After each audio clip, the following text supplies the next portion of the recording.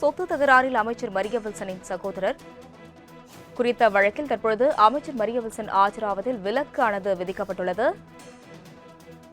புதுச்சேரி நீதிமன்றத்தில் நாளை ஆஜராவதில் அமைச்சர் மரிய வில்சனுக்கு தற்பொழுது விலக்கானது விதிக்கப்பட்டுள்ளது. குடும்ப பிரச்சினை தொடர்பான வழக்கை சமரச தீர்வு மையத்திற்கு அனுப்பி நீதிபதி இளந்திரையன் இந்த வழக்கில் தற்பொழுது உத்தரவு பிறப்பித்துள்ளார்.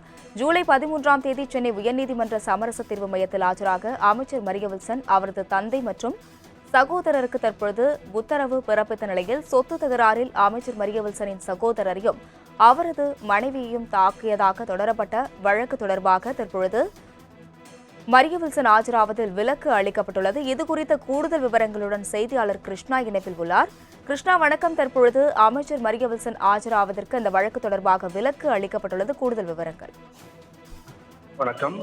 தமிழக நிதியமைச்சர் மரிய வில்சன் கடந்த 2022ஆம் ஆண்டு ஆகஸ்ட் 8ஆம் தேதி புதுச்சேரி எழில்நகரில் வசித்து வரும் அவரது சகோதரர் மரிய குளோஸ் வீட்டின் கதவை உடைத்து உள்ளே சென்று மரிய குளோஸ் அவரது மனைவி கெரோலின் ஆகியோரை தாக்கியதாக லாஸ்பேட்டை போலீசார் அவர் மீது வழக்கு பதிவு செய்திருந்தார்கள்.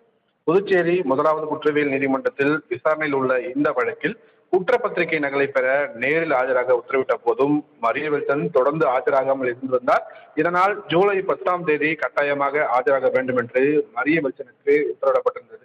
இந்த நிலையில் இந்த வழக்கை ரத்து செய்ய கோரியும் நாளை நீதிமன்றத்தில் நேரில் ஆஜராவதில் இருந்து விலக்களிக்க கோரியும் மரிய வில்சன் தரப்பில் உயர்நீதிமன்றத்தில் மனுவானது தாக்கல் செய்யப்பட்டிருந்தது.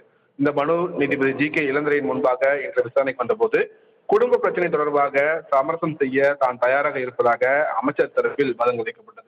இதை ஏற்று உயர்நீதிமன்ற சமரச தீர்வு மையத்திற்கு வழக்கை அனுப்பி வைத்த நீதிபதி ஜி.கே. இளந்திரையன் வருகிற ஜூலை 13ஆம் தேதி அமைச்சர் மரிய வில்சன் அவரது தந்தை மற்றும் சகோதரர் சகோதரியின் மனைவி ஆகியோரை சமரச தீர்வு மையத்தில் நேரில் ஆஜராக உத்தரவிட்டிருக்கிறார்.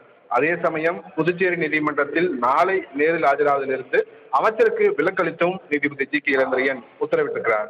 அஸ்வினி, விவரங்களுக்கு நன்றி கிருஷ்ணமூர்த்தி.